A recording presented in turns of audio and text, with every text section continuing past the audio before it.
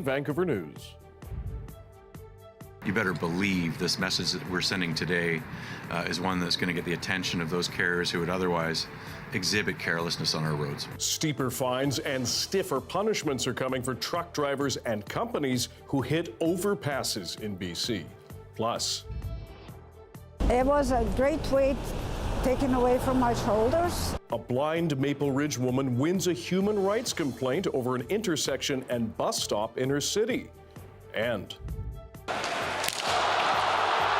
it's a huge, huge part of my life. Always will be. Love for Lou. The Vancouver Canucks are putting former goalie and team captain Roberto Luongo into their Ring of Honor. This is CBC Vancouver News.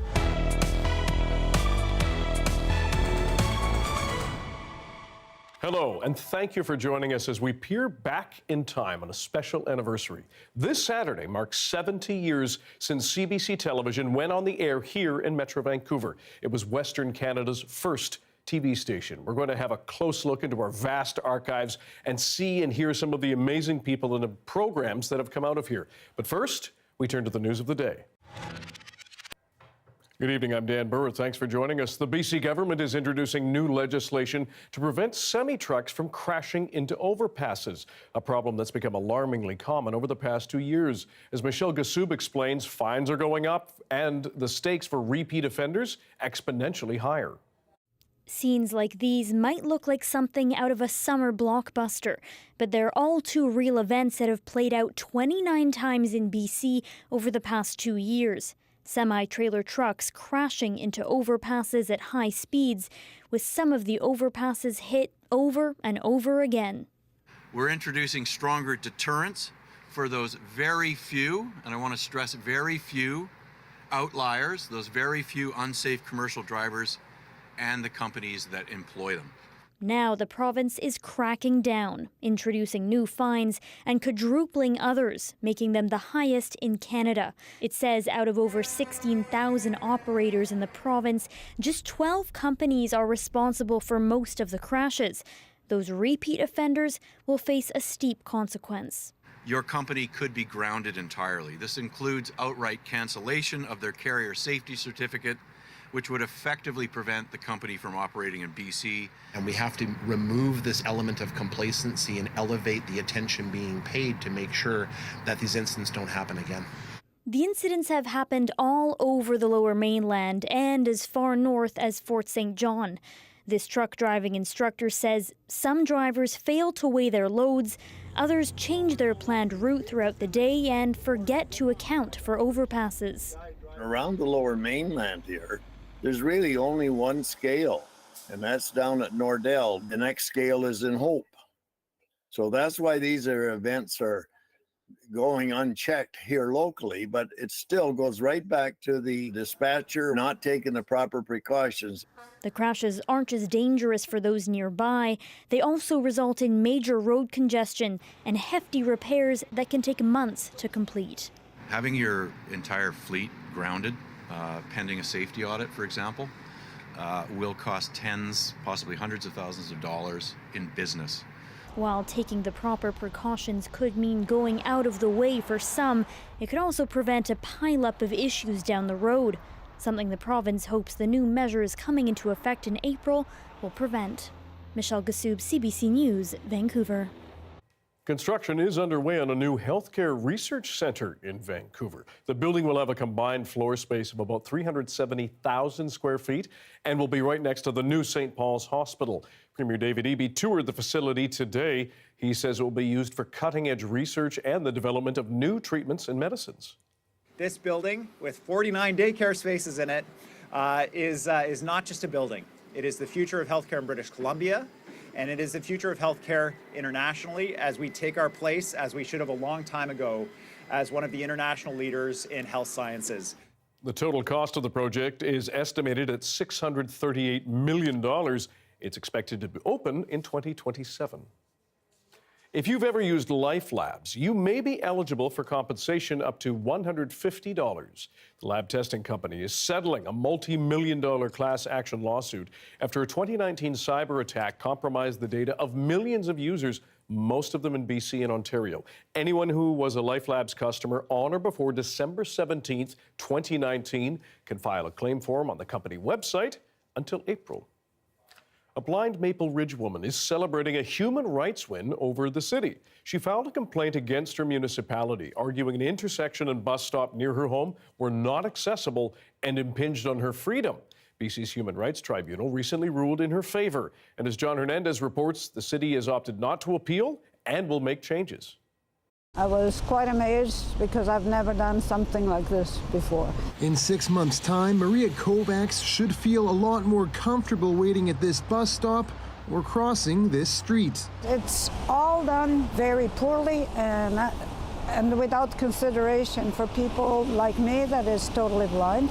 She's won a human rights complaint against Maple Ridge, ordering the city to make this area safer for blind residents like her. It was a great weight taken away from my shoulders. A few years ago, the city of Maple Ridge installed a bike lane here that merges onto the sidewalk. A hazard for Kovacs, who has no way of knowing where the bike lane is and if cyclists are coming. The city had also revamped this intersection, but these truncated yellow mats meant to help guide the blind cross the street safely instead lead right into the middle of the intersection. So Kovacs filed a human rights complaint in 2018. With all this kind of obstacles in my way, it impedes my mobility, it impedes my freedom to walk independently, which I like very much. It's just not made properly. And if you're blind and you're using, for instance, a cane, you will get yourself lost. Her friend Matt Sally, who is also blind, served as a witness. With the amount of traffic that's in this area, it was just a matter of time before somebody was going to get very seriously injured or killed. The tribunal ruled in Kovacs' favor in October, ordering Maple Ridge to make changes and pay her $35,000. The city had 2 months to appeal, but decided not to this week. In a statement, it said it's committed to serving the needs of everyone and will carry out the fix with the help of a mobility consultant. What I really hope is that the different communities involve the blind in what they're doing. Nothing for us without us. Changes must be made here in 6 months. A big win these residents hope ripples throughout BC to make it a more accessible home for everyone. John Hernandez, CBC News, Maple Ridge. More than 13,000 British Columbians have now been killed since the province declared a public health emergency over toxic drugs in 2016, something the Premier says his government is renewing efforts to address in the new year. It's horrific to think about that death toll, and the coroner has been on the front lines of meeting with families, talking with those left behind about the loss of loved ones, of fathers, mothers, sisters, brothers. It is an awful situation our province faces. Trevor Tablotny, meanwhile, is one of those left behind. Today is the 1-year anniversary of his brother's death from toxic drugs. He spent the day sitting on a park bench dedicated to his brother to try to connect with people and talk about the health crisis. Our Janella Hamilton sat with him. All right, great. Thanks, man. 36-year-old Curtis Tablotny died from an overdose while playing video games alone, just days before Christmas last year. We always knew that could happen because we were aware that the drugs were becoming more toxic, and we had saved him from overdoses before. She says before his death, Curtis suffered 7 overdoses. Each time, the family had to administer naloxone to save his life. In Richmond, we think that it's not happening here. It's a downtown east side homeless crisis, and it's not. A bench dedicated to Curtis can be found in Minaroo Park in Richmond, just blocks from where he once worked as an insurance broker. His older brother Trevor sitting on that bench today, spreading awareness to those who pass by. I feel like the stigma around drug use is what is getting people killed, and so opening up to the public, having a conversation is, putting a face to the overdose story, sure, but it's just offering an opportunity to have kind and open conversation, and so that's why I'm here reflecting, and it's been very emotional. An unrestored car that belonged to Curtis is displayed near the bench. It reads Curtis's dream. The trunk filled with naloxone kits. There's instructions in the kit. Even when we did get him treatment, it really wasn't that helpful because the doctors would take him in and then they would release him a couple days later. It was frustrating and it's sad.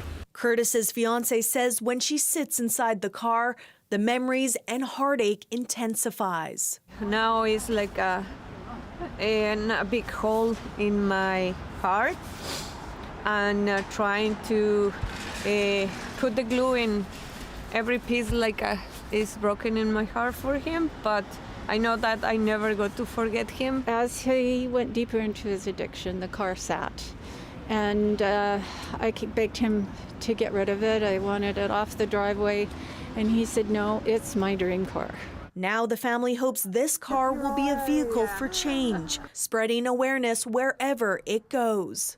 Janella Hamilton, CBC News, Richmond. The BC government says the toxic drug supply has also significantly contributed to an increased number of deaths among unhoused people. The BC government says 342 people experiencing homelessness were reported dead to the coroner last year. That's a 138% increase in the past 2 years. Surrey, Vancouver, and Victoria have seen the highest numbers of deaths between 2015 and 2022. Vancouver City Councillors have approved changes to bylaws aimed at revitalizing downtown entertainment districts and boosting the number of businesses that can offer alcohol. The changes do away with some limits to accessing liquor, including lifting a ban on new liquor establishments in some areas, allowing some businesses to increase seating, and letting more businesses get liquor licenses. The limitations, which were brought in to serve public health goals, have now been lifted to boost business expansion. 3 Amazon delivery drivers are facing possible charges for allegedly stealing packages in Metro Vancouver. Mounties in Burnaby say Amazon itself identified the possible thefts. Officers searched the suspects' homes and found as many as 32 stolen packages at one spot, worth more than $2,000. Police say the men in their 20s were trying to sell the items online. They say there's nothing to indicate the thefts or the people allegedly involved are linked at this stage of the investigation.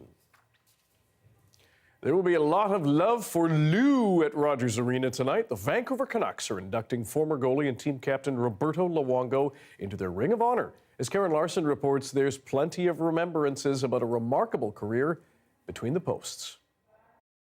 The Luongo ledger speaks for itself. Most wins for a goalie in Vancouver Canucks history, most shutouts, most saves, 3 times an All-Star, Vezina and Hart Trophy nominations, and of course helping the team get oh so close to winning the Stanley Cup in 2011.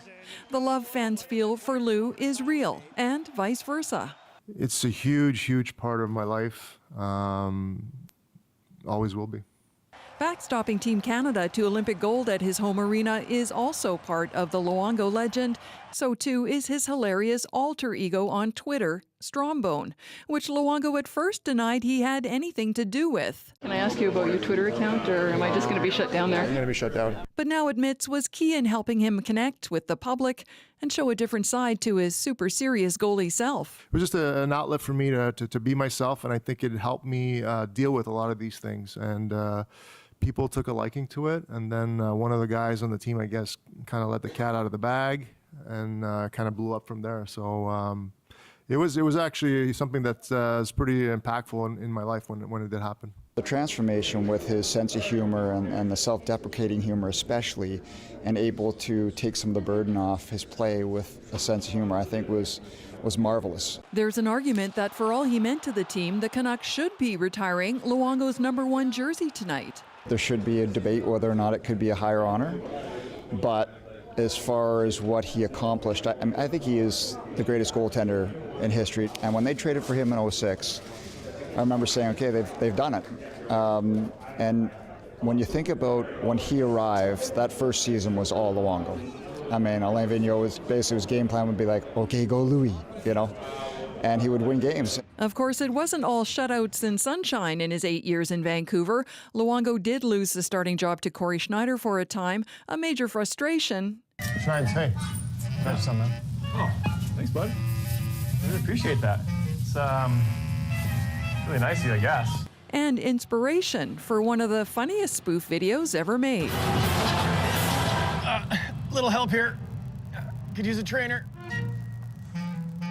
Looks like Lewis starting tonight.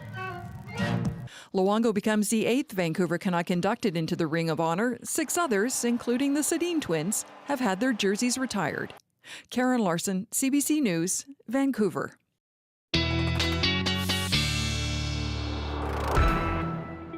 Darius Madavi joins us for a first look at the weather as we turn a bit damp again. Yes, we got a little bit of rain coming for some parts of the province, but for the most part, we're looking pretty dry here in Vancouver. There's a small chance of some showers tomorrow morning, but as we'll see, not looking too likely, because what we're seeing right now is the remnants of that system that hit us earlier this week, or just yesterday, pushing into parts of the interior. We got plenty of flurries with the southern interior over the last 12 hours. But if we take a look at our pressure map, you can see the start of a ridge of high pressure that's going to build in here, even as a band of moisture starts to make its way up towards the province. You can see ridge here, pretty clear, keeping southern BC dry as this bit of moisture moves in. So really we're going to see this system mostly affect really Ucluelet and further north on the island, and then push its way into parts of the central interior for the most part. If we layer our precipitation map over instead, you can see there's a moment in the morning where Vancouver might get a little bit of rain, but beyond that, we're mostly going to see that moisture push into parts of the interior. So tomorrow morning, expect that there's a small chance we might see a few isolated showers across the lower mainland and maybe some snow at higher temperatures, although freezing levels are pretty typical for this time of year, so probably a little bit of snow if we do see that precipitation. But for the most part, we're looking at the northern parts of the island seeing most of the moisture. What we saw come down further south there, I wouldn't count on it happening with any strength, really. It's just maybe a light shower or two. Now, if we take a look across the province tonight, plenty of cloud happening, but not too much activity. It's the same here in Vancouver. We see that small chance of showers tomorrow morning, but for the most part, we're looking pretty dry as we head into the weekend. Okay, good to know. Thanks, Darius. Thanks, Dan. This Saturday, we are celebrating the 70th anniversary of CBC television. Coming up, we journey back in time to talk television in its earlier days. You'll want to see this.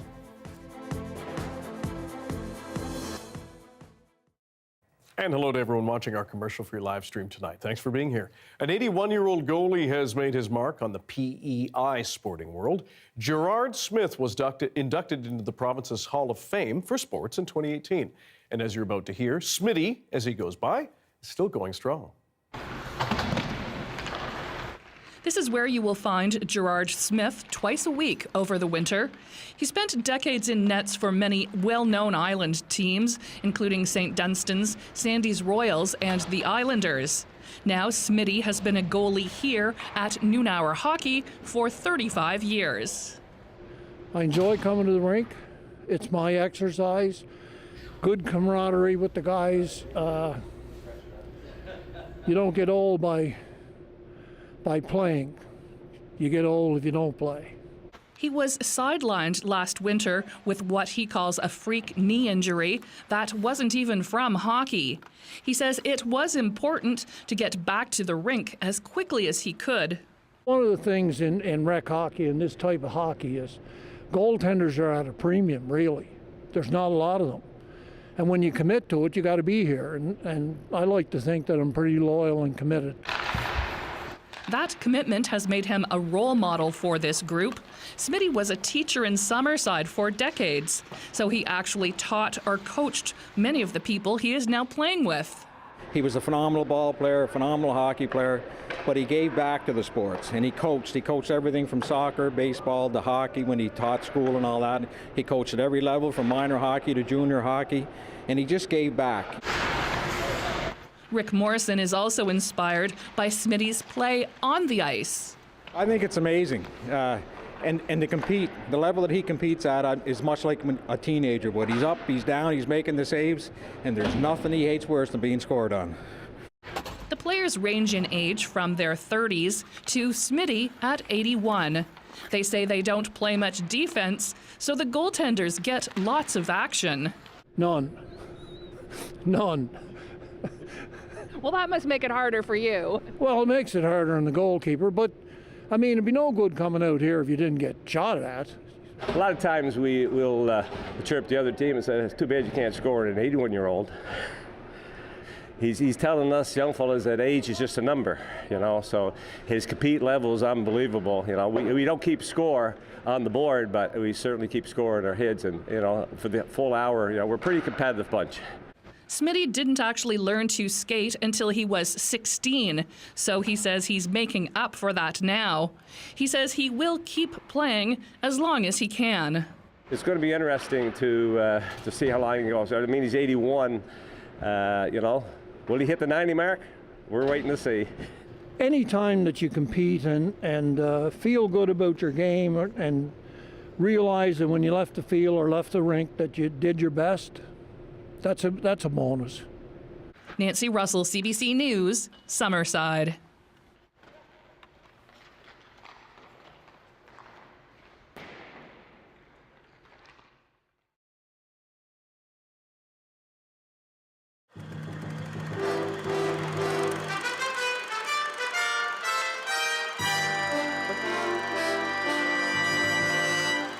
On Saturday, we are celebrating the 70th anniversary of CBC television. CBUT Channel 2 was the very first TV station to launch in Western Canada. Back in 1961, the station paid tribute to its history with a look back on the eve of the 25th anniversary of the CBC.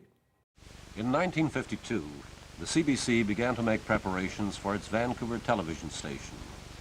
It acquired a couple of old motor car sales rooms and garages at Georgia and Butte Streets and converted these into studios. On December 16, 1953, CBUT officially went on the air. That's Davidson Dunton pushing the button on a cue from Peter MacDonald, Director of Television. On our left is Kenneth Capel, CBC's Director for the province of British Columbia. The station's first big job was the Empire Games, held in the barely finished stadium. The following year, there was Vancouver's first Grey Cup game. Those things seem a long time ago now. So does Harmony House, only 7 years ago. That's Thora Anders in the middle. And here, in the middle, she's in Some of Those Days, in 1961. It doesn't take long for a show to become Some of Those Days in television. Here's Frank Vivian reliving radio days as a guest of Bill Bellman on Almanac. I don't mean vivid memories get blurred. It would be hard to forget Pat Suzuki's summer here, or the swift visit of Mimi Himes and 100 others with a strong identity, such as the wayfaring Ed McCurdy, let us say. Ed's the one in the hat. As for that special performer, Ripple Rock, that was vividness itself. Look back at the very early days of CBC television, broadcasting from Mount Seymour, still to this day. As we said, this Saturday we're celebrating 70 years of CBC television, broadcast from our stations. And joining us for a walk down memory lane is someone who knows this place very well and made the history, his life's work, longtime CBC archivist, Colin Preston. Thanks for coming in. Good to see you. Nice to see you, Dan. What goes through your mind when you see those old programs? I mean, that was a long time ago. Well, Ripple Rock was a blast, wasn't it? And I think about how the transmission of the British Empire Games had to go down to Washington State because we didn't have a cross-country connection then. But it was a lot of local talent making the shows and a lot of, as you heard from that little sting, a lot of people coming into town. Vancouver was great on the entertainment circle. Yeah. So we had actors, singers, all kinds of performers. Very interesting. We want to play another clip for you now. This is a look at our newsroom in 1990. Take a look at this. Can you cover that today? I know we have a list of probably 7 or 8 stories that we'll most likely do, and then there's a number of meetings and things hopefully will happen more interesting than I've got on paper right now because there's no lead at this time of morning. It's a pretty slow day. Morning. Okay, let's meet. Let's move right along. Elliot, today? Actually, there's a pretty big story this morning. Carol? Just another check on with Fraser Valley, Chilliwack area, because we've had a lot of rain lately. Okay, so take the three housing things as given. Sorry. Tuition can be reduced to a voiceover if we're getting tight on time. Right. The housing situation is pretty desperate out there. Absolutely desperate. That, in their minds, is a crisis. Bob Scragg works for Wall Financial. These are the signs of the time. No room, nowhere to live. No change-ups in the first section, so we're okay, right? Stand by for the opening. 10, 9, 8. Stand by to roll sound on VTR 7. 6, Have a good studio show, everybody. 5, and 4, 3, 2, 1. Roll 7, online. From Vancouver, Key. Ready, the 2 with CBC effects. Evening News with Kevin Evans. Dissolve. Some amazing video there, some faces we still remember. Ian Hannah-Mansing among them. Wayne Williams, our former news director.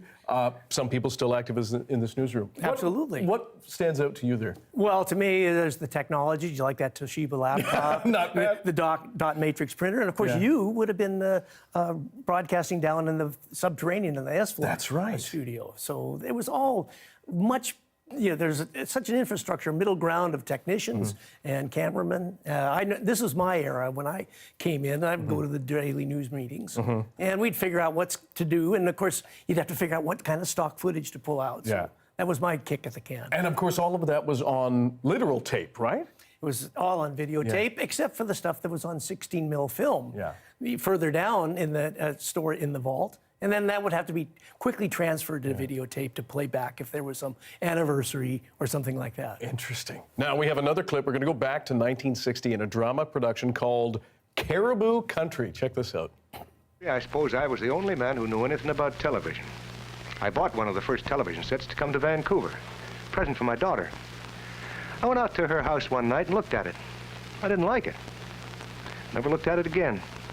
But like I say, I knew what it was all about, and that made me a very valuable man to Sam Levine when he came up to arrange the special 1st of July broadcast. Now, we were tied into the national television network by means of a special traveling transmitter they got. First there was Newfoundland, then Ottawa, then us, and then Moose Jaw. Now, you understand that in television, time is everything. Things have got to go off on schedule. I knew that. Sam Levine knew that. But did any cowboy in the Namco country know that? No, sir. A very, very early show produced by the CBC. Colin, what is groundbreaking for you about that? Oh, to me, this is just tugs at every bit of BC heartstring that I have. It was produced by Phil Keatley, who was such an important person in the history of British Columbia broadcasting. This was the prototype for Beachcombers. So in terms of the production model, it left the studio and went up to the Caribou to shoot on location. Tremendous. This is where Chief Dan George got his acting start. Amazing. So there's just, it goes on, and it was all local actors, local writer Paul St. Pierre. These are important people that must never be forgotten. I'm just so lucky to have worked and known some of these people. That's amazing. And we have one more clip to share with you. It wasn't just news and shows that the CBC was producing. There was a lot of entertainment as well. Let's take a look and listen to a legendary British Columbian and go all the way back to June 26th, 1955. Now that you have your music, Eleanor, I'll move along. Chris? Yes.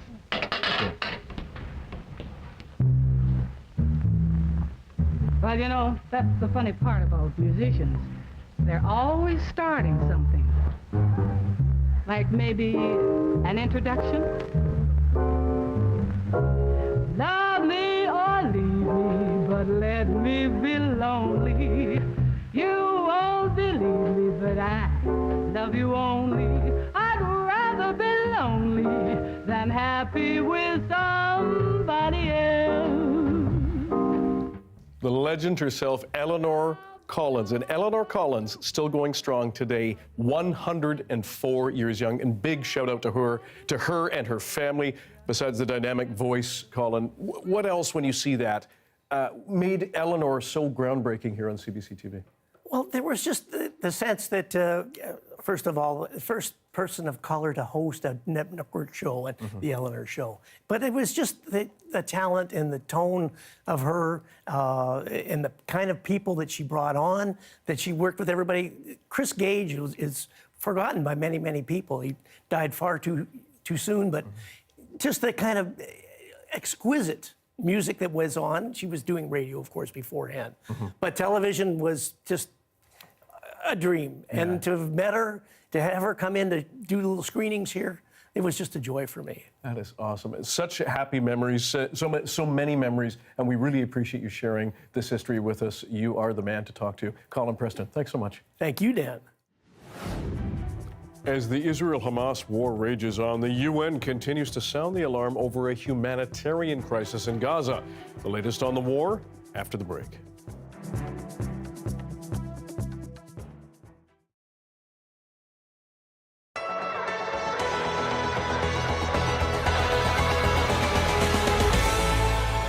outside. Dave! Yeah, no, I was hearing him coming. Like You heard him, eh? Yeah. The sun is setting, mercury dropping. Yvette Brolt's patience is thinning. We're looking for my husband who's in the middle of nowhere trying to find his tree, our Christmas tree. Dave! Yvette says you have to go home for dinner. Brolt and her husband Dave Reid have been chopping down their own Christmas trees on Crown land for 7 years here in St. Rita, east of Winnipeg. They're not alone. While some are searching for Dave, for others, the search is over. It's just a good place to come out and let the dog run around a little bit and, find your Charlie Brown Christmas tree. Cost was a factor this year for Andrew Thompson. The permits only run for about $10. We normally go to a tree farm, but we looked it up this year and it got quite expensive, almost double the amount. So being able to come out here and still cut down your own tree at a reasonable price is definitely sort of the influence. That may be part of what's behind a surge in popularity. The province sold 500 permits a year from 2010 to 2019. That average jumped tenfold to 5,000 per year since 2020, when e-licensing was introduced. There are about a dozen zones on Crown land where you can cut down a Christmas tree with a permit. That includes 3 in the southeast. St. Rita is only 50 kilometers from Winnipeg. Permits allow 1 tree per household. Dave Reid set out for the perfect bushy balsam fir. The sun, when it sets, you know. It's starting to get a little bit concerned for our friend Dave. I am too. Dave! Oh, over there, eh? Okay. He's covering ground. Okay. This is crazy. Does Dave always disappear for some undefined period of time and worry you like this? No, usually we're together with the family, and they go in together to get the tree, and then he comes out, but he wanted to get something special this year. Dave! Did he find it? Finally. Okay, we're heading towards the truck. Your wife is very worried. Yeah, I actually got lost in the bush for like 2 or 3 hours. And lo and behold, I found the tree. The tree, the exact tree of your dreams. The exact tree. Yes, except in all the whatever, I lost my saw. Despite Dave's tense disappearing act, Brolt says this is what it's all about.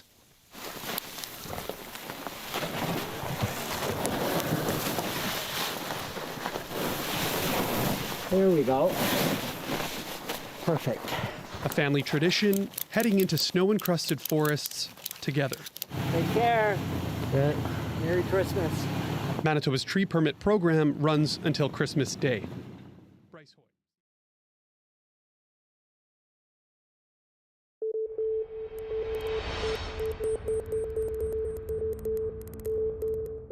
A drug crisis has pushed a tiny Ontario community to the edge. Its leaders have now declared a state of emergency, desperate to save their neighbors' lives. Algonquins of Pikwaukenagan First Nation is about an hour-and-a-half drive west of Ottawa. Only about 500 people call it home. And as Nicole Williams shows us, it is a community grieving and scared. Deep in the Ottawa Valley, members of the Algonquins of Pikwaukenagan First Nation are sounding the alarm. Officials recently declared a state of emergency. Drug overdoses are ravaging the community. We're losing too many of our people to death, and the people who end up in having an overdose are that much closer to not surviving. Drug-related deaths have surged across the country since the pandemic, and the First Nation is no exception. Before 2020, it saw an average of 5 drug-related deaths a year. In the first 6 months of 2023, there were 12, a staggering loss in a community of just 500 people. And when someone hurts, we hurt. Michael Dustin Commando is a member of the First Nation and works there. He knows the impact of this crisis firsthand. But I do have family that has drug addictions, and I see no change of them getting better. So there's 5 steps to respond to the opioid overdose. The small team at the local health center says they see roughly 3 overdoses a week, and with not enough resources, they're being pushed to the brink. Trying to get services out to people, trying to get out safe supplies, trying to educate. Declaring a state of emergency gives the First Nation access to government funding for addictions treatment and programming, partnerships with provincial and federal agencies to help form an action plan, and more police officers stationed in the community to help stem the flow and sale of drugs in and around the First Nation. Pikwakanagan is not isolated. We don't have closed borders. We're quite open. The chief of Pikwakanagan says this state of emergency will remain in place as long as is necessary until council feels like the situation is under control and community members are safe. Nicole Williams, CBC News, Pikwakanagan First Nation, Ontario.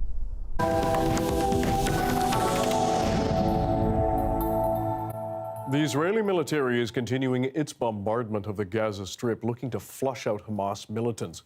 But as the war continues to claim innocent lives, the U.S. has sent its top envoy to push Israel to do more to protect civilians. More now from Chris O'Neill-Yates. This video released by the Israeli Defense Force appears to show that these are Hamas fighters, some holding their green Palestinian ID cards. This pile, their weapons surrendered outside a hospital in northern Gaza. Israel's bombardment of the entire Gaza Strip has continued relentlessly. This freelance video was shot for CBC News today in Rafah. The IDF announced it would suspend fighting in the Al Salam neighborhood so displaced Gazans could get much needed food and water. Fighting resumed after 4 hours. In the daily race against time, hope runs out of finding survivors in the rubble. Overnight in Jabalia, northeast of Gaza City, the fighting carried on through the night until morning, says this man, targeting an entire residential block. Amidst the destruction, disease and hunger are taking hold, according to the head of the UN's Palestinian Refugee Agency, UNRWA. Many Gazans have been without food for up to 3 days. Enough humanitarian aid isn't getting in, and people are becoming more desperate. We are teetering on the edge of a possible implosion. We might reach our limit. Why? Because there is more and more a breakdown of a civil order. U.S. National Security Advisor Jake Sullivan is in Israel for talks, as a rift seems to be developing between the two countries. President Joe Biden has said Israel is losing support over indiscriminate bombing. The Israeli defense minister said it will take time to eliminate Hamas. It will take and require a long period of time. It will last more than several months, but we will win and we will destroy them. With any hope of a ceasefire out of reach, the Hamas-run health ministry says more than 179 people have been killed over the past day, putting the number of dead since the fighting began at nearly 19,000. Chris O'Neill-Yates, CBC News, St. John's. Meanwhile, Russian President Vladimir Putin today held his first major news conference since sending troops into Ukraine almost 2 years ago. He says Moscow's war objectives remain unchanged, with no peace until Russia's goals are met. As Briar Stewart reports, it comes as Putin eyes a re-election in March. These are the kind of moments Vladimir Putin relishes, front and center at a curated event designed to instill confidence. For more than 4 hours, Putin answered questions, including those carefully selected from the public. One came from an AI-generated image of himself, as he was asked about whether or not he uses body doubles. A poke at the regular rumors that swirl online, suggesting Putin uses stand-ins. By the way, it's my first double, he replied. The event was carried live across Russia. There were several questions about the economy and, of course, about Ukraine. Last year, the annual town hall was cancelled in the wake of mounting military losses, which included Ukraine recapturing the city of Kherson. But this year, the situation is much different. After months of fighting, Ukraine's top general has admitted that Kyiv's counteroffensive failed to achieve its objectives. President Zelensky, what does it mean if you don't get aid by the end of the year?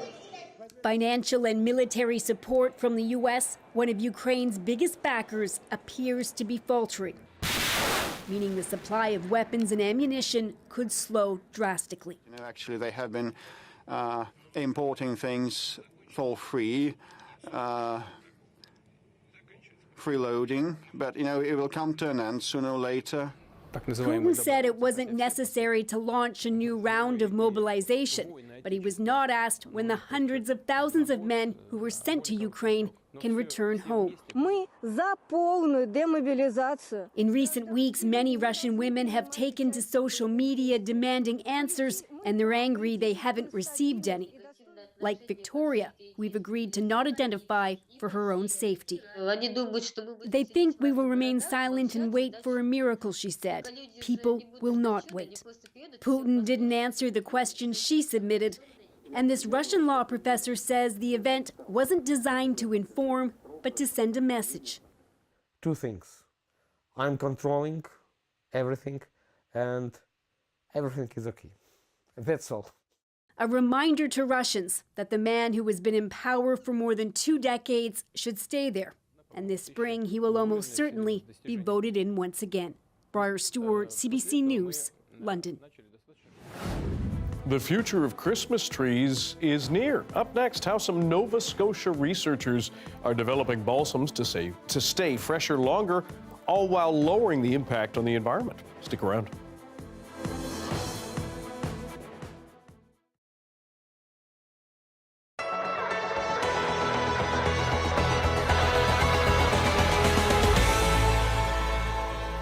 That's 20 years, and this will be the 20th car that we presented here. And I couldn't be prouder of the team here at Solution Clinic today. It's not every day that myself and others get to make a phone call to someone who happened to be riding the Metro bus when she got the call on the way to her second job. And it's not every day that somebody tells you it's one of the happiest moments of their life to get that news, and you know that this is a game changer.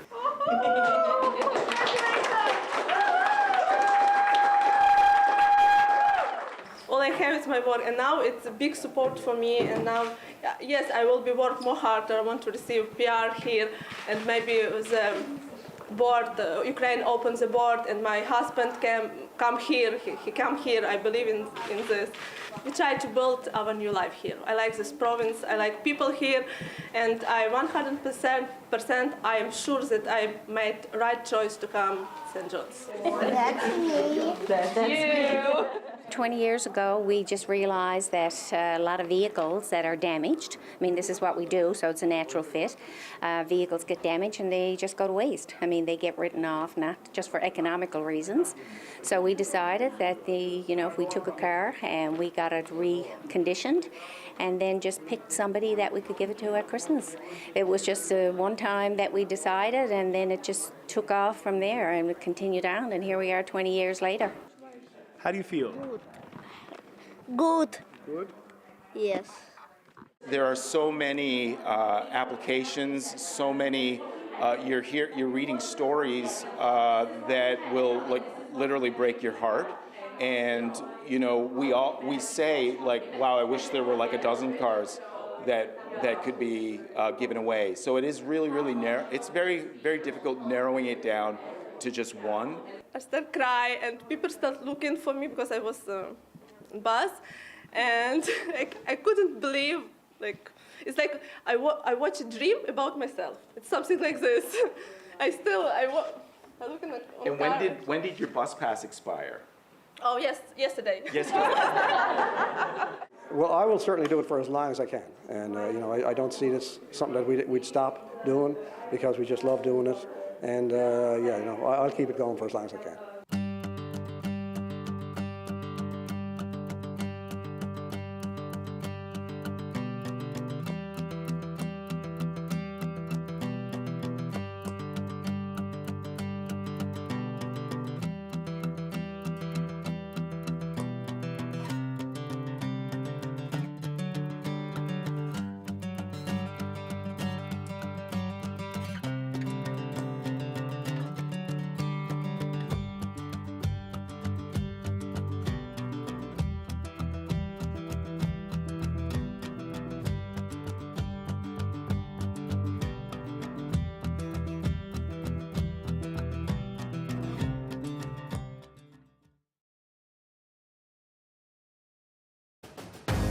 We're sharing really important information with the public, and I feel like this is exactly what our job is, especially as the public broadcaster, especially in morning radio.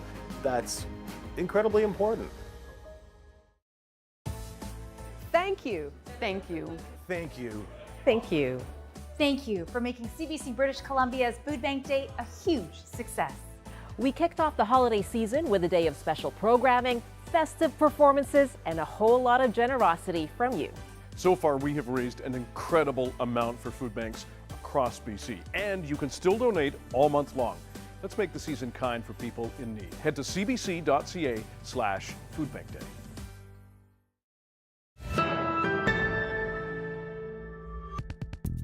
Well, they won't be ready for this Christmas. The traditional balsam fir is getting a boost from technology. Nova Scotia researchers are developing so-called smart Christmas trees that will have consistently good shape, color, and aroma, and they'll be better adapted to climate change. Nancy Russell takes a closer look. It is meticulous work creating a smart Christmas tree. The research started at Dalhousie University's Truro campus, then came here to Phytocultures, a biotech company on PEI, to bring it from the lab to commercial production. It hasn't been easy.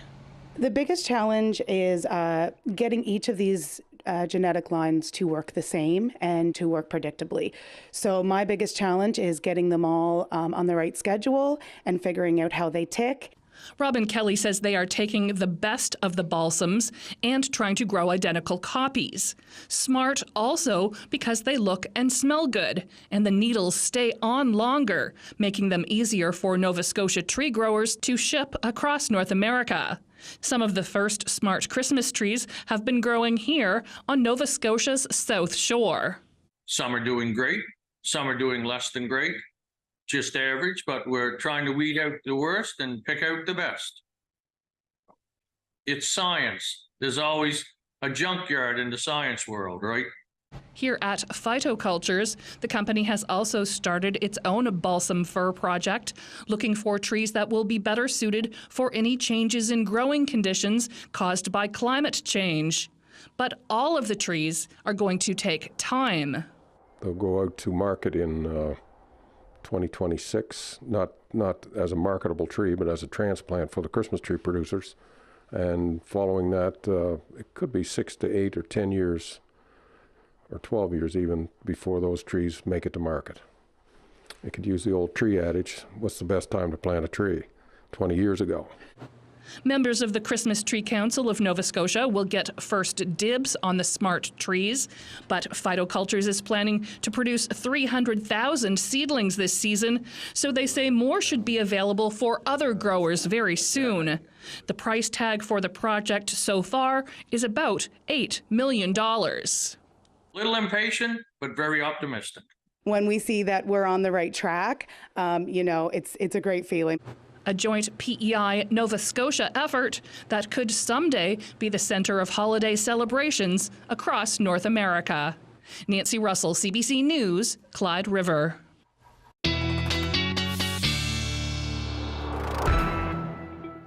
Time for our weather forecast. Let's turn to Gordon Inglis for a look back. Gordon? And now turning to the weather, if we can find it. Cloudy with a few sunny periods over the southern British Columbia coast tomorrow. Little change in temperature. The predicted overnight low and high temperatures tomorrow. Vancouver 42 and 62. Abbotsford and Nanaimo 38 and 65. Victoria 45 and 60. And that winds up another 6:45 news and newsreel from our television studios in Vancouver. Another edition tomorrow night. Good night. All right, Darius Madavi, top that. I don't know if I can. No, the four places with the temperatures beside them in Imperial. Yeah, that's right. And the mustache, naturally. The mustache, that's the big one. Yeah. Well, I can tell you that the weather, actually, We do have several systems rolling through, pretty typical weather for this time of year, but what's most atypical about it is just that they're pretty calm. You know, we're going to get some precipitation. The North Island going to see some significant precipitation, but in terms of winds and temperatures, we're not seeing any major swings. You can see temperatures staying pretty steady over the next few days. If we continue to roll through here, you can see really not too much changing, just a degree or two as the next few systems roll through right through the weekend. But we do have some warnings in place, primarily a fog advisory in place for parts of the inland north coast, as well as around Prince George and down into the North Caribou area, including Quesnel. And then we do also have a snowfall warning in place still for the Trans-Canada Highway here. I'd imagine because it hasn't completely been cleared. 15 centimeters or so is what they were calling for. Seems like that seems about right for what has fallen from Eagle Pass to Rogers Pass. So just be aware if you are traveling. Now, if we take a look at our precipitation, again, you can see here ridge starting to build into the southern interior. But tomorrow, mostly when people are still asleep, we're going to see some snow, some rain start to move into over Vancouver Island and then push into parts of the lower mainland. But for the most part, what we're looking at is some pretty insignificant rainfall for the southern parts of the island and the lower mainland, and it clears out pretty fast. But as the system continues to roll up and the ridge continues to build in, deflecting that system northward, we're going to see that it pauses about here as it competes with another ridge of high pressure and then pushes back down. So the North Island really doesn't escape that system for quite a while. And then we see that snow push down on the other side of this ridge, down to the Columbias, before the ridge continues to move further east and then pushing that system away. So expect some snowfall over here over the next few days, and again, plenty of rainfall for the North Island. So if we look instead at our accumulation map, that's pretty much what we see play out. Plenty of, a little bit of rainfall come down here, plenty up here, and then that system pushes down on this side. And if we do zoom in, if we look over the next 24 hours, you can see that system roll down. And then we zoom into the south coast. Significant amounts of rainfall, this model calling for around 50 millimeters for Port Hardy. Could see as much as, 70 to 80 millimeters in actuality. If you look at our map of conditions across the province, plenty of cloud and sun. But then in Vancouver, not looking like too much. We see that little bit of rain tomorrow morning.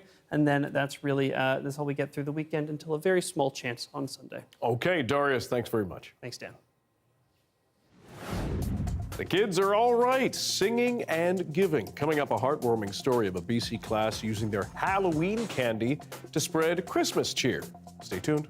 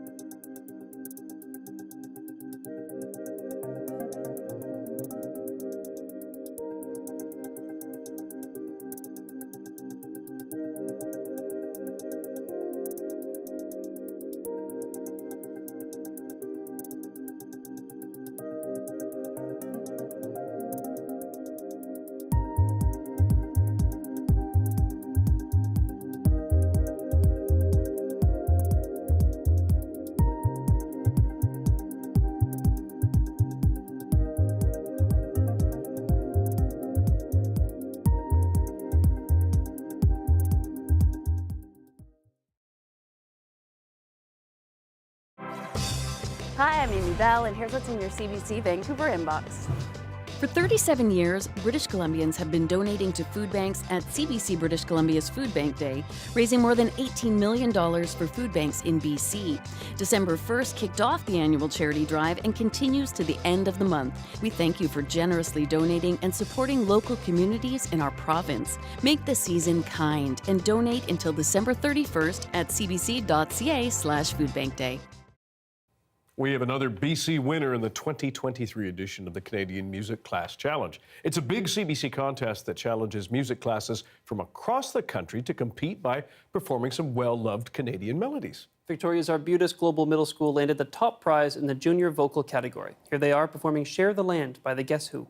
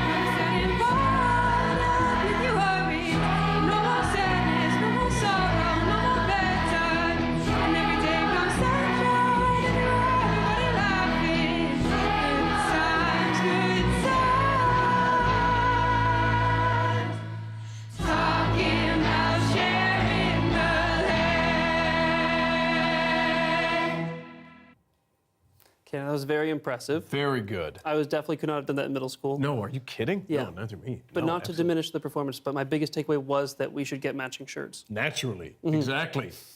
Now, a grade 3 class in the Kamloops Elementary School is delivering kindness this holiday season. They're writing cheerful notes and distributing leftover Halloween treats in their community. Have a look. Hi, my name is Tom, and I'm Olivia. My name is Oliver, and his is Jake. And we're part of a class that delivers all the kindness notes. On Halloween, saw that people were not getting trick-or-treaters, and I thought, what can we do with all this extra candy that people have at their houses? And so I made a quick Facebook post that said, hey, my class would like to do some random acts of kindness around the city. So I drove around the city and picked up people's leftover candy, and then my class started writing. And they have written, I'd say about 1,500 they've written already, and we still have more to write. Well, what we do is we write some notes with a little candy taped to them, and they have examples like, be kind, be smart, awesome, cool, be you, have a jolly day, be the reason someone smiles today. I hope this made your day and made mine. And what was your favorite part about this project? It feels really, really good inside you because it makes other people feel good. You get to go around handing out kind things, and somebody having a bad day, it'll make their day because it definitely makes our day. We have so much in the world going on right now, and it's really important for us to find the small things in life to be happy for, and ways that we can show kindness to others that can make people smile and make people have a good day.